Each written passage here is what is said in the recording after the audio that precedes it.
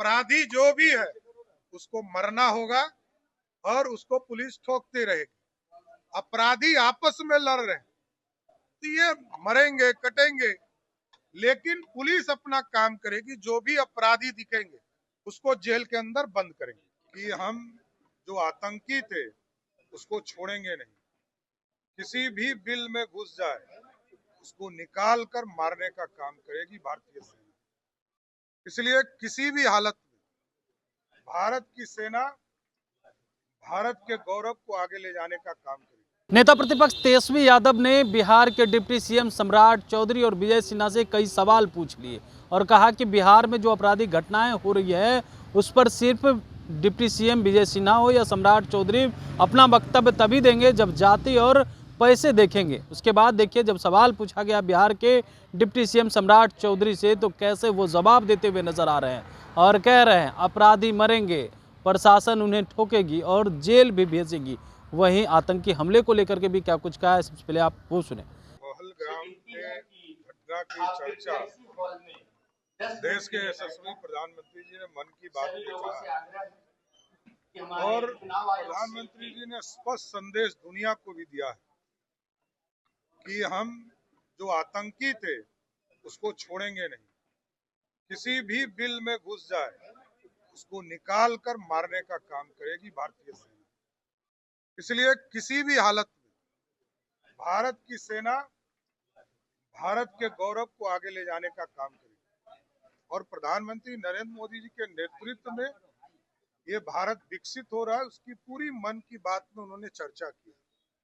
चाहे वो इस देश में सैटेलाइट्स कैसे स्थापित हुए, एनडीआरएफ को कैसे स्थापित किया गया है, सचेत के माध्यम से हम कैसे सचेत हो सकते हैं, उनकी पूरी चर्चा उन्होंने किया है। और इस भारत में जो गौरवशाली इतिहास रहा है, अप्रैल माह में और मई माह में गांधी जी के बारे में बताया, किस तरह सत्याग्रह बिहार से उन्होंने शुरू किया और इस भारत को आजादी दिलाने का काम।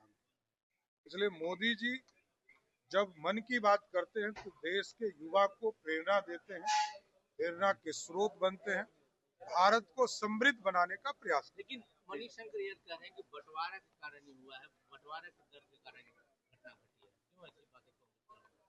देखिए, इस भारत में यदि नरेंद्र मोदी जी की सरकार 4 करोड़ पक्के मकान बनाती है तो उसमें सभी धर्मों को, अल्पसंख्यक समुदाय को भी 1 करोड़ से अधिक घर देने का काम करती है। पानी का पहुंचाने का काम किया जाता है 10 करोड़ घर में, तो सभी के घरों में पानी पहुंचाने का काम। इसलिए इस देश में कोई बंटवारा नहीं है। बंटवारा तो 1947 में हुआ कि धर्म के आधार पर देश बने थे। और जो भारत में रहने वाले हैं, भारतीय जनता पार्टी और एनडीए का स्पष्ट मानना है कि जो भारत में रहते हैं वो भारतीय हैं, वो सभी धर्म के लोग रह सकते हैं। तेजस्वी कह रहे हैं दोनों डिप्टी सीएम डरपोक हैं, सीधे तौर पर एक सेंटर पर तेजस्वी। देखिए, कैंडल मार्च और आज भारत को एक होने की जरूरत है। ये धर्म में बटा हुआ देश नहीं है, सब एक है और पूरा भारत मिलकर आतंकियों से लड़ने का काम करेगा, यह स्पष्ट। तेजस्वी यादव कह रहे हैं कि दोनों डिप्टी सीएम डरपोक हैं, एक सेंटर पर पोस्ट करके आरा गए थे, एक ही परिवार के 3 लोगों की हत्या कर दी गई, अपराध बढ़ गया है। ये तमाम चीजों को लेकर स्वाभाविक है, उनके पिताजी ने अराजकता फैलाया बिहार में और कल ही भगवान सिंह जी वहां गए थे, जदयू के नेता है, और उन्होंने स्पष्ट तौर पर बताया कि किसने गोली चलाया। मरने वाले जितने लोग मरे हैं वो पुलिस के नजर में सब अपराधी हैं और हम जाति धर्मों में नहीं आते। मैं जाति की बात नहीं करता। अपराधी जो भी है उसको मरना होगा और उसको पुलिस ठोकती रहेगी। अपराधी आपस में लड़ रहे हैं तो ये मरेंगे कटेंगे, लेकिन पुलिस अपना काम करेगी। जो भी अपराधी दिखेंगे उसको जेल के अंदर बंद करेंगे।